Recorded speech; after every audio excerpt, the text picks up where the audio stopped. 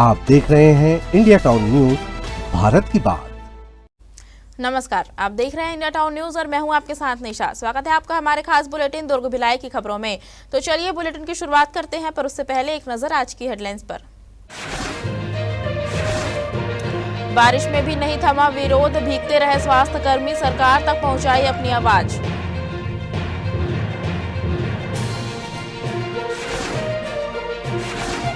22वें दिन भी डटे रहे अतिथि शिक्षक, बारिश में भी जारी शिक्षक आंदोलन, नियमितीकरण की मांग पर अड़े शिक्षक।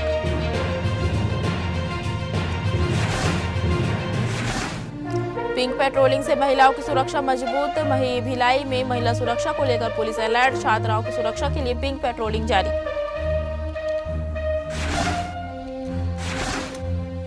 फाइलों से जमीन तक पहुंचे विकास कार्य, लोक कर्म विभाग ने कसी अधिकारियों पर नकेल, दुर्ग विभाग निगम की समीक्षा बैठक। तेज बारिश, भीगते टेंट और हाथों में तख्तियां, शिक्षा मंत्री के कार्यालय से कुछ ही दूरी पर गांधी चौक इन दिनों सिर्फ धरना स्थल नहीं बल्कि अतिथि शिक्षकों के धैर्य और संघर्ष की तस्वीर बन गया है। 22 दिनों से अपनी मांगों को लेकर बैठे अतिथि शिक्षक साफ कह रहे हैं कि अब वादों से नहीं फैसलों से बात होगी। अगर जल्द समाधान नहीं निकला तो आंदोलन को और व्यापक और उग्र किया जाएगा। दुर्ग के गांधी चौक पर अतिथि शिक्षकों का आंदोलन आज 22वें दिन भी जारी रहा। लगातार हो रही बारिश के बावजूद प्रदर्शनकारी धरना स्थल पर डटे रहे। उनका कहना है कि नियमितीकरण और समान काम के लिए समान वेतन की मांग लंबे समय से लंबित है, लेकिन अब तक सरकार की ओर से कोई ठोस निर्णय सामने नहीं आया है। प्रदर्शन कर रहे शिक्षकों का कहना है कि शिक्षा मंत्री से मुलाकात के बाद भी केवल आश्वासन मिले, समाधान नहीं। वहीं आंदोलन के दौरान पुलिस द्वारा धरना समाप्त करने की कोशिश ने शिक्षकों की नाराजगी और बढ़ा दी है। अतिथि शिक्षकों का कहना है कि जब तक उनकी मांगों पर स्पष्ट फैसला नहीं होता तब तक आंदोलन जारी रहेगा। उनका दावा है कि अगर जल्द सकारात्मक पहल नहीं हुई तो प्रदेश भर के अतिथि शिक्षक आंदोलन को और बड़ा स्वरूप देंगे। दिन के हड़ताल के पश्चात कल सरकार द्वारा पहल की गई, जिसमें हमको बुलाया गया है आदरणीय शिक्षा मंत्री जी के द्वारा उनके निवास बंगले पे रायपुर गए थे हम लोग। और वहाँ से चूंकि जो भी हमारे प्रतिनिधिमंडल के बीच में चर्चा हुई, इसमें दो चीज़ों पे सहमति बनी है। एक तो 12 महीने का हमको पेमेंट दिया जाना है और शासकीय अवकाश की पात्रता बोला गया है। खराब है कि हम बता नहीं सकते, इतने पानी में हम लोग भीग रहे हैं। वहाँ पे हम लोग जहाँ पे भवन में रुके हैं वहाँ भी इतना मच्छर काट रहा है, और हम लोग उस दिन तो रोड में सोए हुए थे। पूरी महिलाएं जितने बच्चे को पकड़ के सोई हुई थी। हम लोग का हालत इतना ख़राब है कि हम लोग को इतना बुखार है, फिर भी हम लोग यहाँ पे खड़े हुए हैं, लेकिन सरकार को हमारी एक भी सुध नहीं है। ये बताइए कि किसी के घर की महिलाओं को कोई रात को निकालता है क्या? ये है सर, लगभग 21 दिन हो गया है और 22 दिन हो गया, आज 22वां दिन है ना। और हमारा डेलीगेशन कल गया है, बात भी हुई है ना। सिर्फ अभी चर्चा में है, मतलब हम लोग अभी संतुष्ट नहीं है। मतलब चर्चा, केवल चर्चा जो सालों से चल रहा है, तो अभी लगातार अभी भी चर्चे में है। और हमारा डेलीगेशन डॉक्यूमेंटेशन और इत्यादि चर्चाओं के लिए और जा रहा है। मतलब अभी केवल चर्चा हो रहा है। जिस मांग के लिए हम लोग बैठे हैं उस मांग पर अभी भी मुहर नहीं लगा है पूर्ण तरीके से, और कब लगेगा वह भी पता नहीं। को मुलाकात के लिए बुलाए थे, है ना, एजुकेशन मिनिस्टर जी, परंतु कोई सकारात्मक चर्चा हमारे संगठन की तरफ से नहीं हुई है सर। उनके साथ जो भी निर्णय हुआ है या जो भी बातें उनके तरफ से रखी गई है, उसको देख करके ऐसा लगता है कि सर अभी तक, है ना, शिक्षा मंत्री जी हमारे बारे में जानकारी नहीं ली है अपने आला अधिकारियों से। अगर लिए होते तो आज भी वो संडे की छुट्टी की बात नहीं करते सर। हम यहाँ संडे की छुट्टी लेने नहीं आए हैं सर। हमारा मूल अधिकार संविलियन का है सर। पिछले 11 सालों से हम सेवा दे रहे हैं, उसका एक ही फल मात्र है सर, वो है हमारा स्कूल शिक्षा विभाग में संविलियन। पुनः अपने शिक्षा मंत्री जी से कल हम लोग, परसों रात को हम लोग वहाँ पे बैठे हुए थे धरना प्रदर्शन करने हुए उनके निवास स्थल के पास। तो वहाँ हमको ये बोला गया था कि शिक्षा मंत्री जी 5 लोगों को प्रतिनिधि मंडल को बुलाए थे हमारे संघ से, और ये बोला गया था कि आप लोग यहाँ से जब हटोगे तब हमसे बात होगी, हम तुम्हारी बातों को सुनेंगे, तुम्हारी मांगों को सुनेंगे। हम लोगों ने एक कदम पीछे हटा, वहाँ से हम हट गए और हमारे 5 प्रतिनिधि गए वहाँ। उसके बाद भी हमारे मांगों को, प्रस्तावों को उन्होंने पूरी तरह से नहीं सुना, क्लियर नहीं किया है। दुर्ग जिले के ग्राम डुंडेरा में आज सिर्फ साइकिलें नहीं बटी बल्कि 31 बेटियों के सपनों को नई रफ्तार भी मिली। शासकीय उच्चतर माध्यमिक विद्यालय में सरस्वती निःशुल्क साइकिल योजना के तहत आयोजित कार्यक्रम में दुर्ग ग्रामीण विधायक ललित चंद्राकर ने कक्षा 9वीं की 31 छात्राओं को साइकिलें वितरित की। इस दौरान छात्राओं के चेहरों पर उत्साह और आत्मविश्वास साफ दिखाई दिया। कार्यक्रम को संबोधित करते हुए विधायक ललित चंद्राकर ने कहा कि सरस्वती निःशुल्क साइकिल योजना केवल एक सरकारी योजना नहीं बल्कि बेटियों की शिक्षा और आत्मनिर्भरता को मजबूत करने का माध्यम है। उन्होंने कहा कि साइकिल मिलने से छात्राओं को स्कूल आने जाने में सुविधा होगी और उनकी पढ़ाई बिना किसी बाधा के जारी रहेगी। विधायक ने कहा कि राज्य सरकार का उद्देश्य है कि कोई भी बेटी दूरी या संसाधनों की कमी के कारण शिक्षा से वंचित न रहे। उन्होंने छात्राओं से मन लगाकर पढ़ाई करने, अनुशासन बनाए रखने और अपने परिवार के साथ पूरे क्षेत्र का नाम रोशन करने का आह्वान किया। मानसून की दस्तक के साथ खरीफ खेती की तैयारियां तेज हो गई है। वहीं किसानों को बीज खराब होने या अंकुरन नहीं होने की स्थिति में किसी तरह की परेशानी ना हो, इसके लिए दुर्ग संभाग प्रशासन ने वैकल्पिक बीज व्यवस्था पर जोर दिया है। दरअसल संभाग आयुक्त SN राठौर ने अधिकारियों को निर्देश दिए हैं कि जरूरत पड़ने पर किसानों को तुरंत दोबारा बोनी के लिए बीज उपलब्ध कराया जाए। दुर्ग के रुआबांधा स्थित क्षेत्रीय कृषि प्रसार एवं प्रशिक्षण संस्थान में हुई संभाग स्तरीय समीक्षा बैठक में खरीफ सीजन की तैयारियों की समीक्षा की गई। बैठक में बताया गया कि दुर्ग जिले में खरीफ 2026 के लिए 29,827 क्विंटल बीज की मांग के मुकाबले 30,391 क्विंटल से ज्यादा बीज उपलब्ध है। अब तक करीब 29,643 क्विंटल बीज किसानों तक पहुंचाया जा चुका है। बीज निगम में भी अभी भी 7,489 क्विंटल से अधिक बीज सुरक्षित रखा गया है, जिसमें धान के साथ अरहर, रागी, कोदो, उड़द, मूंग और हरी खाद सन का बीज शामिल है।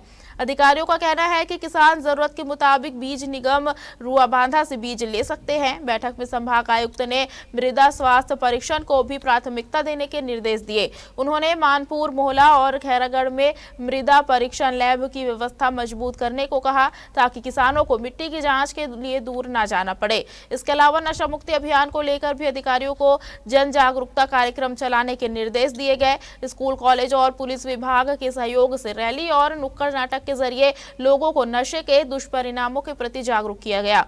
कुल मिलाकर प्रशासन की कोशिश है कि खरीफ सीजन में किसानों को बीज से लेकर मिट्टी जांच तक हर जरूरी सुविधा समय पर मिल सके। मूसलाधार बारिश भी स्वास्थ्य कर्मियों के हौसले को नहीं हिला सकी। निजीकरण और वेतन विसंगति के विरोध में सैकड़ों स्वास्थ्य कर्मचारी बारिश के बीच सड़कों पर उतरे और कलेक्ट्रेट पहुंचकर शासन के नाम ज्ञापन सौंपा। इस दौरान कर्मचारियों ने चेतावनी दी कि अगर उनकी मांगों पर जल्द सकारात्मक निर्णय नहीं लिया गया तो आंदोलन को और व्यापक रूप दिया जाएगा। आपको बता दें, छत्तीसगढ़ प्रदेश स्तरीय स्वास्थ्य कर्मचारी संघ के बैनर तले बुधवार को दुर्ग में बड़ी संख्या में स्वास्थ्य कर्मी एकजुट हुए। बारिश के बावजूद कर्मचारियों ने सांकेतिक धरना देकर निजीकरण की नीति और वेतन विसंगति के खिलाफ विरोध दर्ज कराया।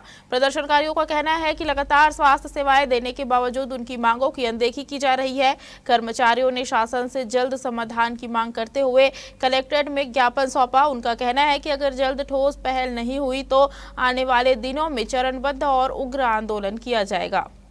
छत्तीसगढ़ प्रदेश स्वास्थ्य कर्मचारी संघ का प्रदेश स्तर का सांकेतिक धरना है भोजन अवकाश में। हमने आज सभी अस्पतालों को पूर्ववत चालू और संचालन रखा है। किसी प्रकार का अस्पतालों में बाधा नहीं है। ये सरकार को ध्यान आकर्षित करने का एक हम लोग का प्रदेश स्तर पर लिया गया निर्णय के तहत हमारे पदाधिकारी आज उपस्थित हुए। तीनों विकासखंड से, दुर्ग शहर से, भिलाई से। प्रमुख मांग इसमें यही है कि हमारे स्वास्थ्य कर्मचारियों की वेतन विसंगति बरसों से लंबित है, जो आज दिनांक तक पूरी नहीं हुई है। केंद्र के समान हमको वेतन मिलना चाहिए। केंद्र में स्टाफ नर्स है, लैब टेक्नीशियन है, रेडियोग्राफर है। प्रदेश में भी यही पद है, तो अलग अलग वेतन मिलता है। हमारे एक जैसी मांग है कि अन्य प्रदेशों में केंद्रीय वेतनमान लागू है, छत्तीसगढ़ में लागू नहीं, केंद्रीय वेतनमान दिया जाए। निजीकरण स्वास्थ्य विभाग में 2018 से हो चुका है। आज हमारे अस्पताल में NGO के माध्यम से साफ सफाई हो रही है। ये पहले हमारे स्वास्थ्य कर्मचारी लोग करते थे। आज किचन भी हमारे हाथ से निकल गई। यहाँ पे हमारे कुक्स वगैरह अपॉइंटमेंट होते थे। निजीकरण तो शुरुआत हो चुका है, लेकिन अभी हम जाग रहे हैं। इसका पुरजोर विरोध करते हैं। ये नियमता सही नहीं है। इसमें नियमित कर्मचारी की भर्ती मार खा रही है। दूसरी बात, निजीकरण में जो NGO आ रहे हैं 5,000 6,000 में उनको वेतन दे रहे हैं। किया, पत्र व्यवहार किया, और लेकिन आज तक से हमारी सरकार ने सुनी नहीं। और अभी नया लागू कर दिया निजीकरण। निजीकरण एक ऐसा चीज़ है जिसमें कर्मचारी तो प्रभावित हो ही रहा है, साथ साथ आम जनता भी प्रभावित हो रही है। जैसे हमारे बच्चे पब्लिक के बच्चे जो पढ़ लिख के आगे आ रहे हैं उन लोग को फिर नौकरी मिलने में तकलीफ होगी। और हो ये रहा है कि अभी अभी गवर्नमेंट ने एक निर्देश जारी किया है कि दूसरे स्टेट से आने वाले को रजिस्ट्रेशन की ज़रूरत नहीं है, चाहे टेक्निकल स्टाफ हो चाहे चिकित्सा स्टाफ हो, उनको रजिस्ट्रेशन की ज़रूरत नहीं है, डायरेक्ट उनको भर्ती दिया जा रहा है, जो कि सरासर अनुचित है। तो हम चाहते हैं निजीकरण प्रथा बंद हो और यहाँ के जो बेरोजगार युवक हैं जो टेक्निकल ट्रेनिंग कर चुके हैं उनको नौकरी दिया जाए, ना कि बाहरी लोग को। दुर्ग नगर पालिका निगम का इस बार सावन मेला सिर्फ झूले और मनोरंजन तक सीमित नहीं रहेगा, बल्कि यह छत्तीसगढ़ी संस्कृति, परंपरा और प्रतिभाओं का बड़ा मंच बनने जा रहा है। आपको बता दें, महापौर अलका बाघमार के मार्गदर्शन में सांस्कृतिक पर्यटन, मनोरंजन एवं विरासत संरक्षण समिति ने सावन मेले को खास बनाने की तैयारी शुरू कर दी है। समिति प्रभारी हर्षिका संभव जैन की अध्यक्षता में हुई बैठक में मेले को यादगार बनाने के लिए कई नए आयोजनों की रूपरेखा तैयार की गई है। बैठक में तय किया गया कि इस बार सावन मेले में परंपरा और मनोरंजन का अनोखा संगम देखने को मिलेगा, जहां एक ओर फुगड़ी, रस्साकशी, कुर्सी दौड़, मटका फोड़ जैसी पारंपरिक प्रतियोगिताएं आकर्षण का केंद्र रहेंगी, वहीं दूसरी ओर छत्तीसगढ़ी व्यंजन, वेशभूषा, गायन और मॉडलिंग जैसी प्रतियोगिताओं के जरिए स्थानीय प्रतिभाओं को अपनी कला दिखाने का मौका मिलेगा। नगर निगम की योजना है कि मेले को ऐसा मंच बनाया जाए जहां शहर की संस्कृति, खान पान और लोक कला को नई पहचान मिल सके। प्रतियोगिताओं के जरिए बच्चों, महिलाओं और युवाओं की भागीदारी बढ़ाने पर भी जोर दिया जा रहा है। जल्द ही आयोजन स्थल, तिथि, पंजीयन और अन्य व्यवस्थाओं को अंतिम रूप दिया जाएगा। सावन मेला इस बार दुर्गवासियों के लिए सिर्फ एक आयोजन नहीं, बल्कि अपनी मिट्टी, अपनी संस्कृति और अपनी प्रतिभा को सेलिब्रेट करने का बड़ा उत्सव बनने जा रहा है।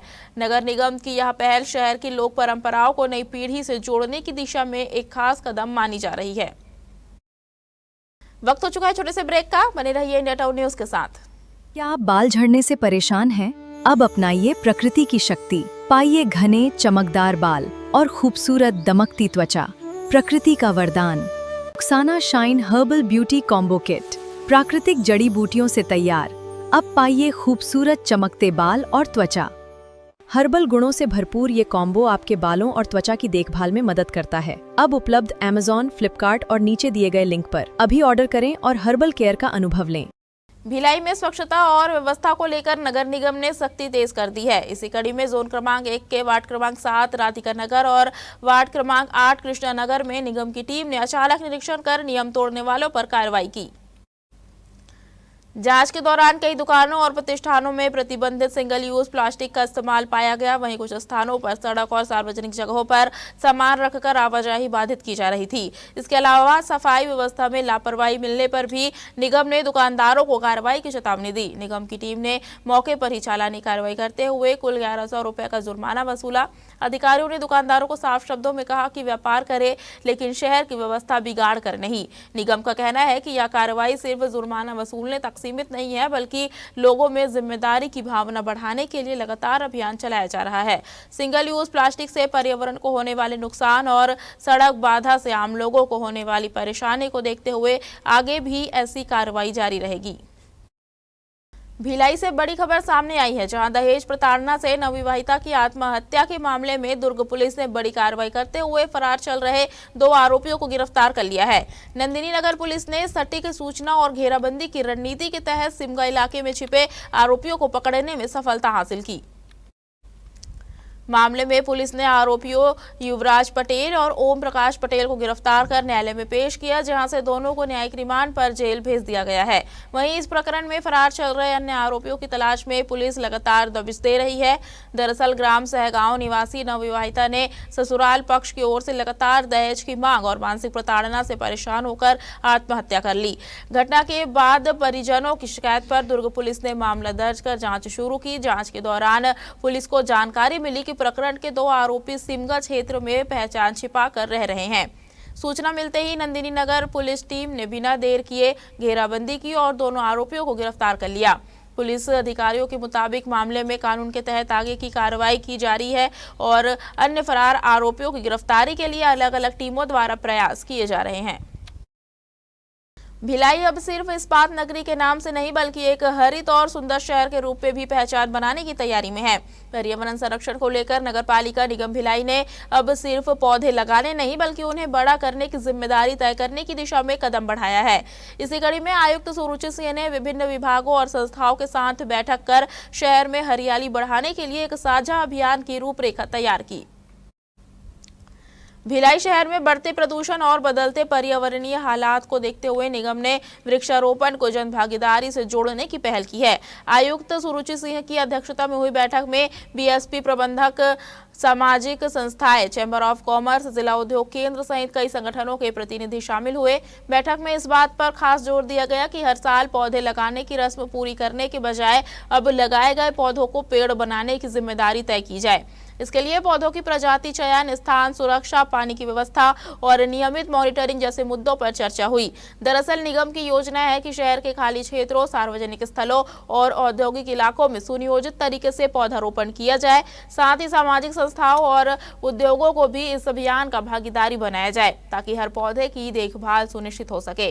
भिलाई में अब विकास के साथ हरियाली का संतुलन बनाने की तैयारी है, जहां हर पौधा शहर के बेहतर भविष्य की उम्मीद बनेगा।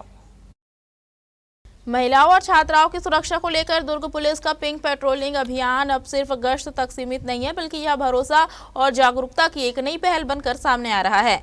आपको बता दें, भिलाई सहित जिले के अलग अलग इलाकों में महिला पुलिसकर्मियों की टीमें स्कूल, कॉलेजों, बाजारों और सार्वजनिक स्थानों पर पहुंचकर सुरक्षा व्यवस्था का जायजा ले रही है। पिंक पेट्रोलिंग टीम छात्राओं से सीधे संवाद कर उनकी समस्याएं सुन रही है और उन्हें आत्मरक्षा, साइबर अपराधों से बचाव, महिला हेल्पलाइन 1091, डायल 112 और अभिव्यक्ति ऐप जैसी सुविधाओं की जानकारी दी जा रही है। खास बात यह है कि पुलिस अब केवल घटना के बाद कार्रवाई नहीं बल्कि घटना से पहले रोकथाम पर भी जोर दे रही है। टीमों द्वारा छात्राओं के आने जाने वाले रास्तों, स्कूल परिसर और संवेदनशील क्षेत्रों का निरीक्षण कर सुरक्षा से जुड़े सुझाव भी लिए जा रहे हैं। दुर्ग पुलिस का यह अभियान महिलाओं और बालिकाओं के लिए सुरक्षित माहौल तैयार करने की दिशा में एक सतत प्रयास है, जहां पुलिस और समाज के बीच संवाद की दूरी कम हो रही है और सुरक्षा का भरोसा मजबूत हो रहा है। दुर्ग नगर निगम में अब विकास कार्यों की रफ्तार और गुणवत्ता पर सीधी निगरानी होगी। महापौर अलका बागमार के मार्गदर्शन में लोक कर्म विभाग ने अधिकारियों के साथ समीक्षा बैठक कर शहर में चल रहे निर्माण कार्यों का रिपोर्ट कार्ड खंगाला। बैठक में उन कार्यों पर खास फोकस रहा जिनके आदेश जारी होने के बाद भी जमीन पर काम शुरू नहीं हो पाया है। नगरपालिका निगम दुर्ग मुख्यालय में आयोजित समीक्षा बैठक में लोक कर्म विभाग प्रभारी देवनारायण चंद्राकर ने जोनवार विकास कार्यों की स्थिति जानी। अधिकारियों से पूछा गया कि कौन से काम शुरू हो चुके हैं, कौन से अधूरे हैं और किन योजनाओं में देरी हो रही है। लंबित कार्यों की वजह जानकर जल्द समाधान के निर्देश दिए गए। इसके अलावा बैठक में शहर की कई बड़ी समस्याओं पर भी चर्चा हुई। शंकर नगर पानी टंकी क्षेत्र के सीमांकन और घेराबंदी, शंकर नाला की सफाई, अवैध अतिक्रमण हटाने, वार्डों में आंगनबाड़ी भवनों की मरम्मत और सीसीटीवी व्यवस्था मजबूत करने जैसे मुद्दे उठे। साथ ही वार्ड क्रमांक 57 के शंकर नाला एनिकेट की चौड़ाई बढ़ाने, जलभराव की समस्या के स्थायी समाधान, सड़कों, नालियों और बाउंड्री वॉल निर्माण के लिए प्राक्कलन तैयार करने के निर्देश दिए गए। बैठक में सबसे ज्यादा जोर इस बात पर रहा कि फाइलों में अटके काम अब जमीन पर दिखाई देने चाहिए। लोक कर्म विभाग प्रभारी ने अधिकारियों को साफ निर्देश दिए कि निर्माण कार्यों की लगातार मॉनिटरिंग हो, गुणवत्ता से समझौता न किया जाए और देरी करने वाले कार्यों को प्राथमिकता से पूरा किया जाए। हमारे खास बुलेटिन दुर्ग भिलाई की खबरों में फिलहाल इतना ही। अब मुझे दीजिए इजाजत और आप देखते रहिए इंडिया टाउन न्यूज, भारत की बात। नमस्कार। आप देख रहे हैं इंडिया टाउन न्यूज, भारत की बात।